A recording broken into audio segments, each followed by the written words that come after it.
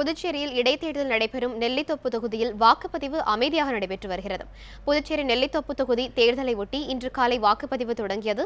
இதனையடுத்து பொதுமக்கள் அமைதியான முறையில் வாக்களித்து வருகின்றனர்.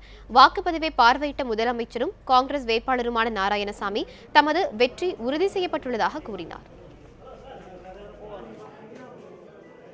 வாக்குப்பதிவு சுறுசுறுப்பாக எங்களுடைய காங்கிரஸ் திராவிட முன்னேற்ற கழக கூட்டணி தலைவர்கள் சிறப்பாக தேர்தலில் பணிபுரிஞ்சிருக்கிறாங்க.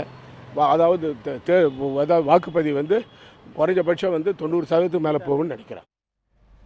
இந்நிலையில் காங்கிரஸ் கட்சியின் விதிமுறைகளை மீறி வாக்களிக்கும் மையங்கள் அருகே வெளியாட்களை கொண்டு வாக்கு சேகரிப்பில் ஈடுபடுவதாக அதிமுகவினர் காவல்துறையினரிடம் புகார் அளித்தனர். இதனையடுத்து அதிமுகவினர் திடீரென்று சாலை மறியலில் ஈடுபட்டதால் பரபரப்பு ஏற்பட்டது.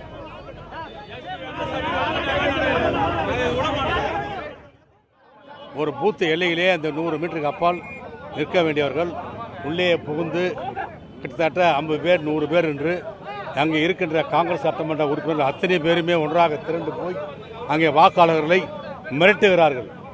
வாக்காளர்களுடைய வீட்டிலே சென்று பகிரங்கமாக காவல்துறை பார்த்து கொண்டிருக்கும் போது, இங்கே மாவட்ட நிர்வாகம் பார்த்து கொண்டிருக்கும் போதே அவர்கள் பகிரங்கமாக காசை கொடுக்கிறார்கள். அது எங்களுடைய சட்டமன்ற உறுப்பினர் அண்ணா நகர் பகுதியிலே கையங்கலமாக பிடித்து பணத்தை விசிறி எறிந்தார். இந்த சம்பவம் நடந்திருக்கிறது. இதனிடையே செய்தி சேகரிக்க சென்ற செய்தியாளர்களை செய்தி சேகரிக்க விடாமல் காவல்துறையினர் தடுத்து தாக்குதலில் ஈடுபட்டனர். இதில் தனியார் நிறுவன செய்தியாளர் ரகுமான் தாக்கப்பட்டதை அடுத்து அவர் மருத்துவமனையில் அனுமதிக்கப்பட்டுள்ளார்.